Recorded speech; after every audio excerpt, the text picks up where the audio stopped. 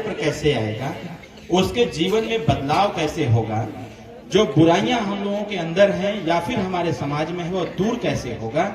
आप जैसे कथावाचकों के द्वारा ऐसे बुराइयों को, ऐसी समस्याओं को निरंतर दूर करने का प्रयास किया जाता है अपने शब्दों से। और इन्हीं के काम को आगे बढ़ाते हुए हम जैसे लोग, देश के राजनेता, देश दुनिया में प्रदेश के अनंत जगहों पर जाकर के जो गरीब है, पीड़ित है, परेशान है, जो सुख सुविधाओं से वंचित है, ऐसे लोगों के भी बारे में बात करते हैं, प्रयास करते हैं कि जो सरकारी सुख सुविधाएं प्राप्त होती हैं या आती हैं वो गरीब तक पहुंचे। शिवेंद्र भाई ने एक संस्थान खोला है, जैसा कि नागा बाबा ने बताया कि पकवा इनार में ऐसा कोई डिग्री नहीं है कि जो इनके विद्यालय में न हो। ये एक शिक्षा का मंदिर तैयार कर रखे हैं और आज यहाँ पर एक आस्था का मंदिर है। और जिनके मंदिर में मैं आया हुआ हूँ ये हमारी कुलदेवी भी है, नौ दुर्गा माता, जिनका अनेक रूप है, हमारी कुलदेवी भी हैं।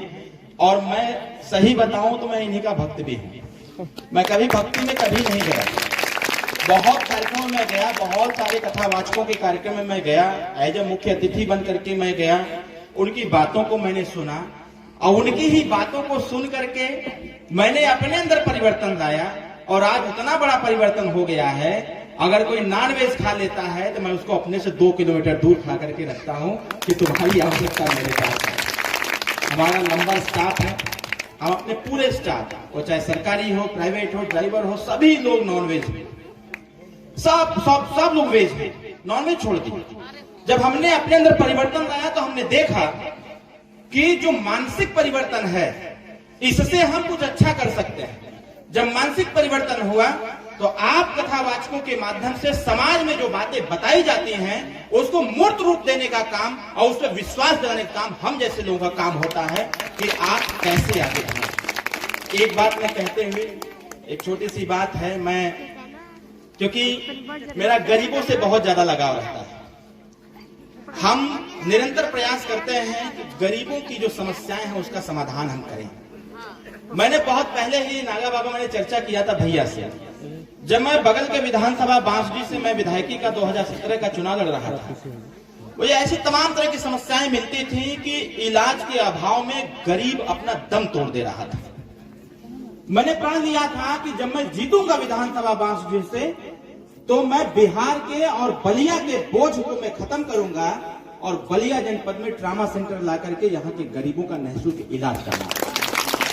मैं तो नहीं कर पाया, लेकिन शिवेंद्र भाई मिले, हमने इनको बताया कि भैया मेरी ये इच्छा है और इन्होंने उसका शिलान्यास किया और अपने पकवा इनार में रिसर्च सेंटर और ट्रामा सेंटर खोल करके 150 मरीज को एक साथ इलाज की व्यवस्था करने का काम किया। इसके लिए उनको धन्यवाद देता हूं और आप सभी लोगों के चरणों में मैं प्रणाम करता हूं। बाकी जो हमारे कथावाचक जी हैं इनके भी चरणों में प्रणाम करता हूं। आप लोगों के द्वारा दिए गए शब्दों को ही हम लोग स्मरण करते हैं और आगे बढ़ने का निरंतर प्रयास करते हैं कि हम लोगों से कभी कोई बुराई न हो पावे। अंतिम बात कहते हुए कि वह शक्ति हमें दो दया निधे, वह शक्ति हमें दो दया निधे, कर्तव्य मार्ग पर डट जावे, जिस देश धर्म में जन्म लिया बलिदान उसी पर हो जाए, बलिदान उसी पर हो जाए। बहुत बहुत धन्यवाद, सभी लोगों को प्रणाम करता हूँ, नमस्ते करता हूँ। जय हिंद, जय भारत, जय माता दी।